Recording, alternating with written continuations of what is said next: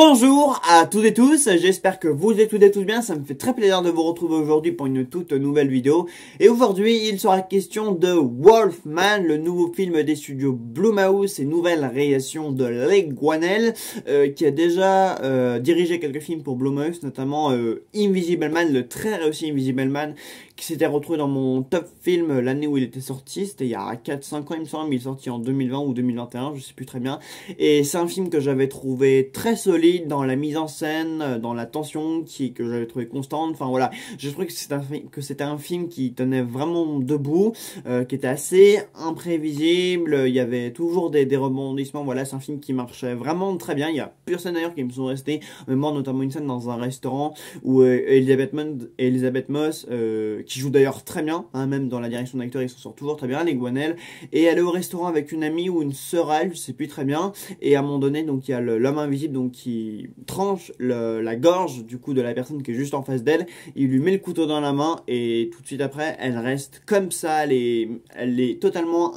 impuissante et vulnérable dans cette scène et elle est tout de suite accusée donc de meurtre et mise dans un hôpital psychiatrique et tout ça. La scène m'a marqué parce que j'ai trouvé tellement réussi, imprévisible, efficace, bien géré, inattendu, enfin tout ce que vous voulez. Et c'est vrai que voilà, pour moi,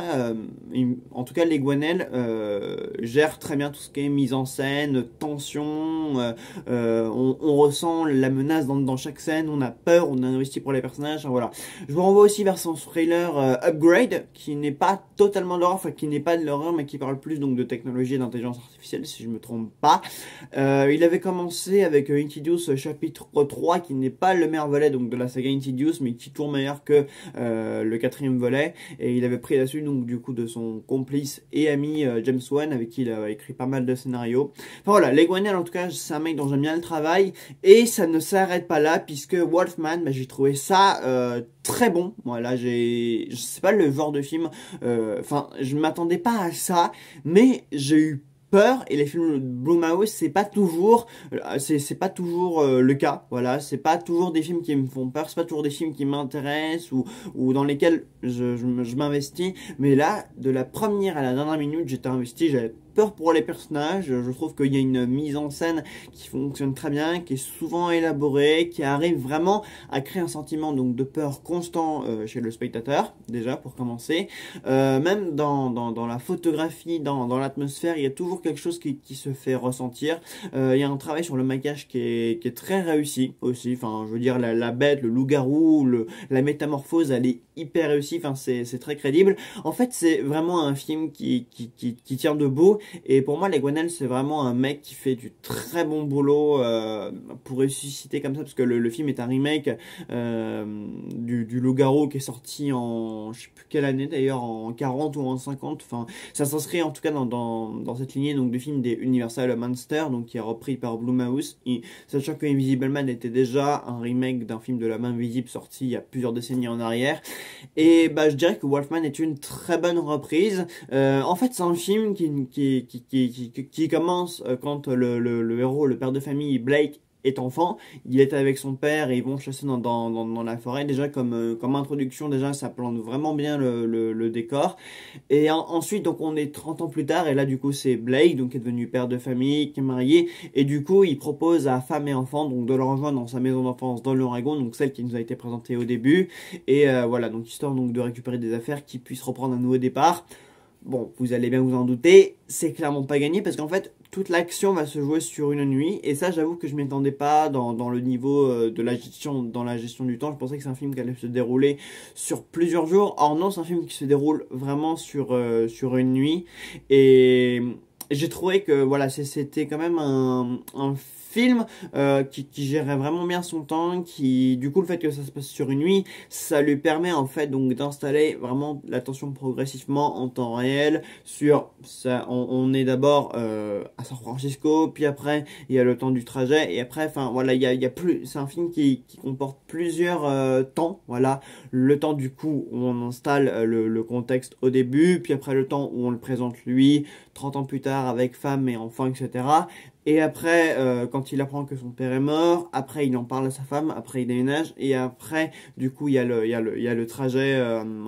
de San Francisco du coup jusqu'à l'Oregon. Après, il rencontre une ancienne connaissance à lui et après ils arrivent dans la maison et c'est là du coup que se déroule tout le reste de l'action. Donc il y a une bonne gestion du temps. En fait, j'avoue que cette gestion du temps elle était déjà présente du coup dans Invisible Man, mais je m'attendais pas du coup à ce que le film se déroule juste sur une nuit. Moi je pensais du coup que les personnages ils allaient débarquer dans la maison, ils allaient tous voilà prendre le temps donc de se poser, de s'endormir et qu'après le problème allait se répéter le lendemain et le jour suivant. Mais non, en fait tout se déroule vraiment sur une nuit. Donc en fait on suit les choses presque en temps réel. Enfin on a l'impression de les suivre en temps réel. Du coup il y a une gestion très intéressante sur le temps. Je reviens juste sur la mise en scène parce qu'il y a il y a pas mal de choses quand même où la mise en scène est assez élaborée, notamment la scène de l'accident. Donc ils sont sur la route et là du coup il y a une apparition donc de la bête qu'on aperçoit furtivement et là du coup donc sans prévenir donc du coup t'as le camion de déménagement qui file comme ça dans la forêt et à un moment donné donc il y a la caméra comme ça qui part en fait de la vitre devant,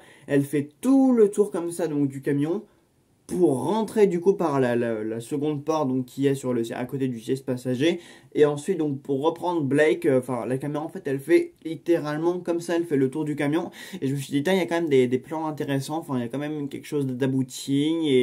et des choses qui ont essayé d'être faites au niveau donc de la mise en scène, donc c'est quand même assez intéressant et surtout bah parce qu'en fait c'est comme si on voulait suggérer en fait avec ce mouvement de caméra en fait la présence donc de la bête donc qui rôde autour du camion, donc ça j'ai trouvé ça quand même très intéressant, cette manière en fait donc d'introduire la menace donc de la bête donc qui rôde autour du camion vu qu'ils sont en pleine forêt et tout ça. Enfin on ressent en fait à partir de là, vu que c'est la scène qui déclenche un peu toutes les histoires, parce qu'après Blake en fait c'est à ce moment là qu'il est blessé, avec du coup il conduit sa famille vers la maison de l'enfance etc, du coup que la problématique et la menace en fait les suit à partir de ce moment là et c'est une bonne façon du coup d'introduire subtilement la bête sans la montrer, parce que du coup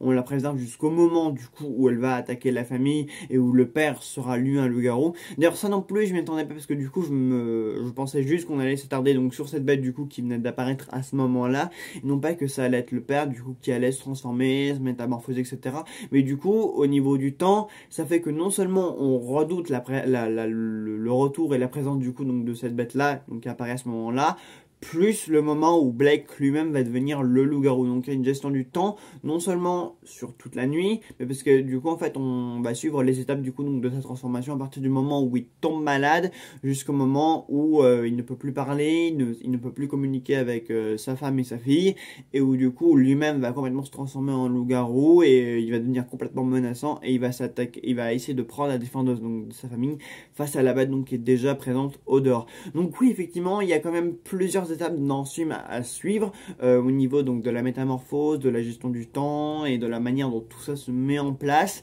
Mais en fait, on ne s'ennuie jamais parce qu'en fait, on redoute toujours que bah, le père devienne une menace, que la menace extérieure attaque la famille. Enfin voilà, en fait, il y a plusieurs choses à prendre en compte et tout ça est vraiment très bien géré au niveau donc du rythme, du temps, de la mise en scène. Enfin, il y a toujours des images bien composées, toujours des images qui nous font sentir soit la menace intérieure ou soit la menace extérieure. Enfin voilà, il y a toujours quelque chose à gérer et c'est vraiment très bien géré parce qu'en parallèle du coup la mère doit protéger sa fille, elle cherche elle-même à prendre des nouvelles de l'extérieur. Enfin voilà, il y a plusieurs problématiques et il y a vraiment, enfin le film n'est jamais complètement en pause, il y a toujours quelque chose qui se passe, il y a toujours quelque chose qui est à redouter et donc déjà au niveau donc de tout ça est très bien géré. Donc je pense au niveau de la mise en scène, il y a toujours une gestion donc de la menace qui se fait ressentir, donc de la problématique omniprésente, et c'est vraiment ça le plus important. C'était vraiment ça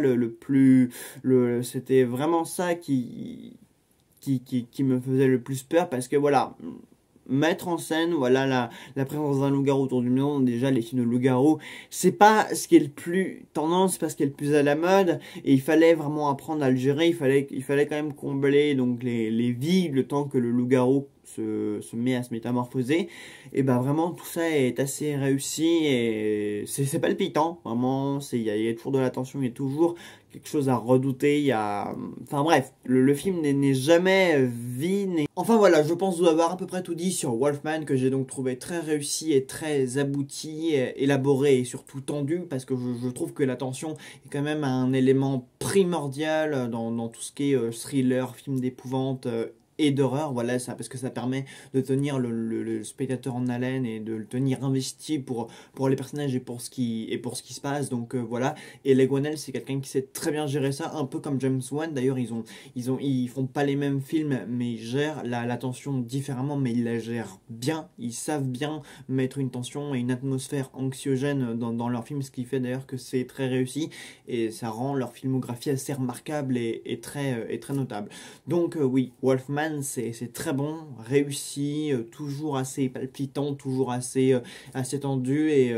voilà, on redoute quand même ce qui va se passer dans le film, on a peur quand même pour les personnages, et c'est pas dans chaque film Blumhouse le cas, il y en a qui sont plus réussis que d'autres, il y en a qui sont moins notables que d'autres, et Wolfman est quand même un film assez notable où il y a quand même pas mal de choses à retenir. Donc voilà, j'espère que la vidéo vous aura plu, et puis on se retrouve très très vite pour une nouvelle vidéo. Salut à tous.